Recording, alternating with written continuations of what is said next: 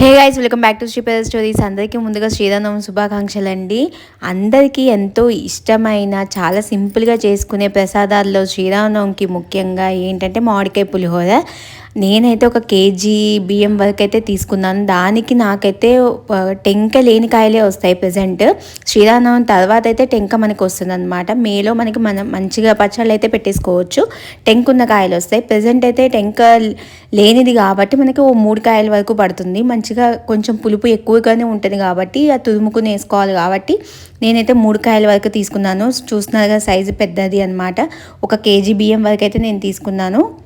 ఎప్పుడు కానీ రాళ్ళుప్పు యూజ్ చేయండి, చాలా బాగుంటుంది. నేను చూపిస్తున్న క్వాంటిటీస్లో మీకు ఇంకా కొంచెం ఎక్కువ కావాలన్నా పల్లీలు వేసుకోవచ్చు.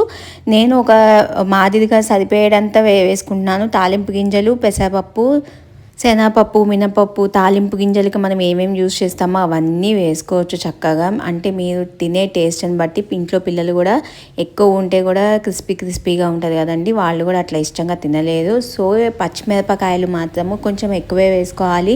ఆ పులుపుకి ఓవర్గా ఫ్రై చేయకుండా ఒక మాదిరిగా ఫ్రై చేసేసుకుని మనం వేసుకుంటే మంచిగా ఉంటుంది అనమాట. స్పైసీగా తినచ్చు, చాలా బాగుంటుంది. అలాగే ఎండుమిరపకాయలు కూడా కంపల్సరీగా వేయించుకోవాలి తప్పకుండా. చాలామంది ఏం చేస్తారంటే మామిడికాయ పులిహోర అంటే ఏంటంటే చాలామంది తురిమేసుకుని తాలింపులోనే వేయిస్తూ ఉంటారు. బట్ ఏంటంటే పులుపు చచ్చిపోయి అంత టేస్ట్గా అనిపించదు అనమాట. నేను ఎప్పుడూ అలా చెయ్యను. నేను అట్లా స్కిప్ చేసేసి నేనేంటంటే మామిడికాయలను మంచిగా తురుముకుని దానికి తగినంత రాళ్ళుప్పు మిక్స్ చేసుకుని డైరెక్ట్గా అన్నానికే పట్టించేస్తాను. మనం తీసుకున్న అన్నానికి చిటికెడు పసుపు వేసుకుని మనం వండుకుంటే చాలా బాగుంటుంది టేస్ట్. ఎండుమిరపకాయలు, పచ్చిమిరపకాయలు వేయించుకున్నాక అదే నూనెలో తాలింపు గింజలను కూడా వేయించేసుకున్నాం అనుకోండి, మంచిగా దోరగా గోల్డెన్ బ్రౌన్ కలర్లో వచ్చేటట్టు వేయించేసుకుంటే చాలా బాగుంటుంది అనమాట టేస్ట్ కూడా.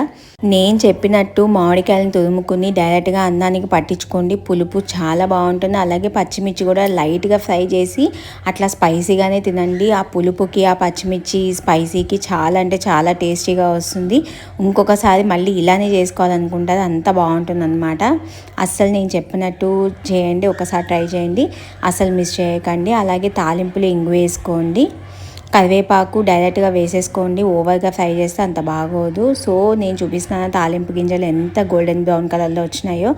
ఇలా చేసుకుంటే చాలా అంటే చాలా బాగుంటుంది, పర్ఫెక్ట్గా వస్తుంది. టెంపుల్స్లో డైరెక్ట్గా ఇలానే చేస్తారండి.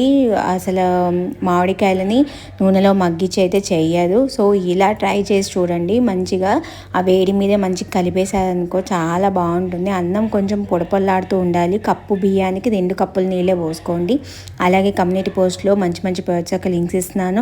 అలాగే మన ఛానల్ 50Kకి దగ్గరగా అవుతుంది. సో స్వామివారి పట్టాభిషేకం అంటే సాటర్డే లోపు మనకి 50K హిట్ అవ్వాలని చెప్పి మనస్ఫూర్తిగా ఆశిస్తున్నాను. అందరికీ రాముల వారి అండ ఆశీస్సులు ఉండాలి. మన ఛానల్ని please do like, share and subscribe చేసేసుకోండి. Do watch for more videos. Until then bye. Thanks for watching.